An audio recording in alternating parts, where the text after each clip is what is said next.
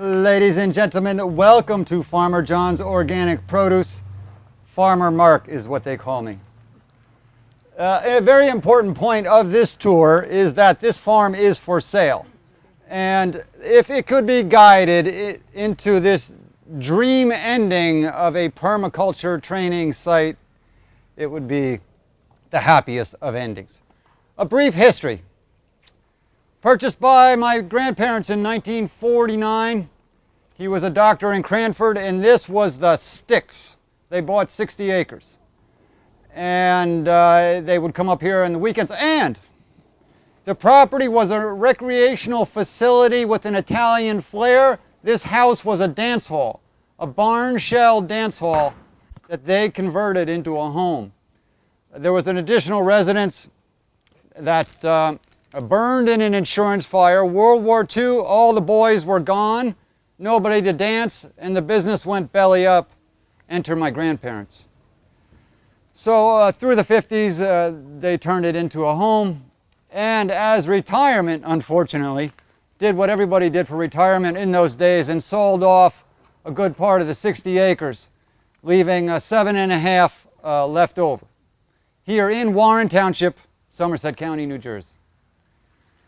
So eventually the grandfather passed away. Mom, Dad, and my sister lived here with my grandmother from the mid-60s on. My dad was a teacher, eventually a burned out teacher, and in 1974, realized that we had acreage, overgrown fields. There was a tractor from my grandfather. And there were all these ideas swirling around about back to the land. And most importantly, he had read Silent Spring by Rachel Carson. And he was a biology and math teacher. And so he jumped the teaching world and became an organic farmer. In 74, I give him great credit for this insight. Nobody had heard of organic. But we started clearing the land, got the tractor running. The first farm stand was this building right here, and it operated partly self-serve. And in the early years, it was a slow business. But come the 80s, and there was a year in '88 when there was a drought like no other drought, and there was very little to harvest from the fields. My father hooked up with an organic distributor who would bring in a good-sized truck all kinds of organic produce from California and so forth. And almost at the same instant, the great Alar scare of the late 80s happened, and which was an apple pesticide, and demand for organic exploded. And we started, it started here. Within months, we were into the greenhouse structure, and then building the farm stand. Through the 90s, we were one of the only outlets for organic produce in Central Jersey. It was a booming business, traffic jams in the circle. And the parents passed away in the mid-90s. And my sister and I are now half owners of the property, and we both purchased farms of our own. I'm out in Hunterdon County, she's out in Washington State. And so we're going to start walking around and talking. Right, the house, this structure right here is the greenhouse. We'll go through that. It kind of doubles as a barn greenhouse.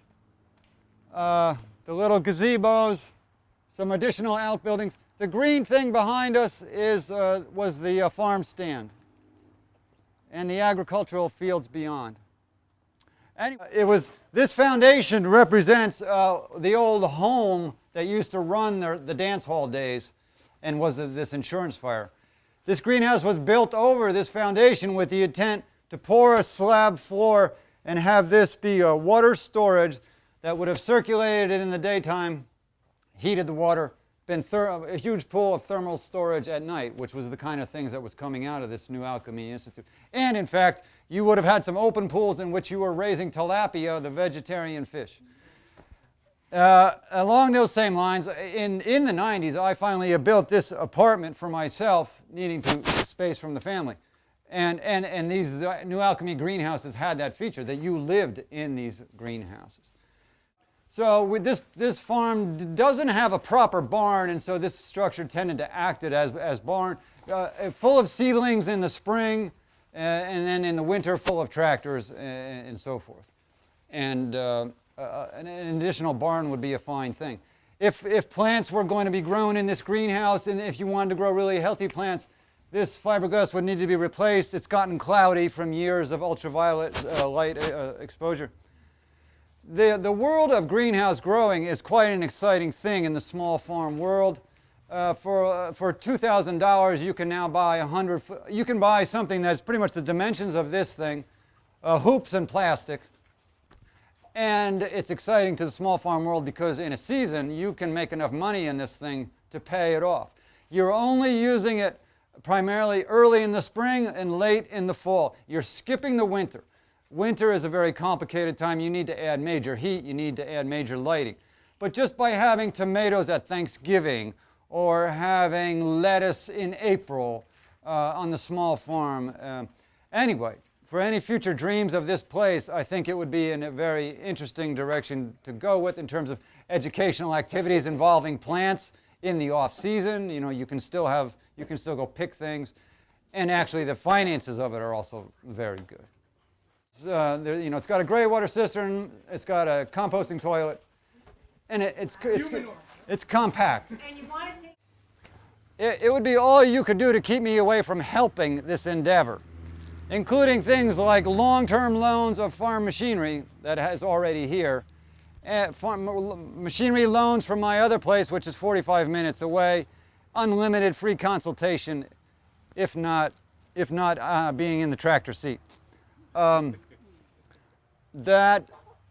Vegetable production may be part of whatever future. You're going to see there's a good bit of land out here, and you've got 20 million customers within an hour of this farm. And 30 years of organic soil management has made this soil dreamlike. The farm that I bought out in Hunterdon has been in conventional production for decades, and it has been a rude shock what that does to your natural fertility, as I was spoiled after 30 years on this farm. Anyway, right, 1942, Alice Chalmers, Model G, purchased by my grandfather, no less. This is a specialized, more vegetable specialized tractor. The John Deere, more modern.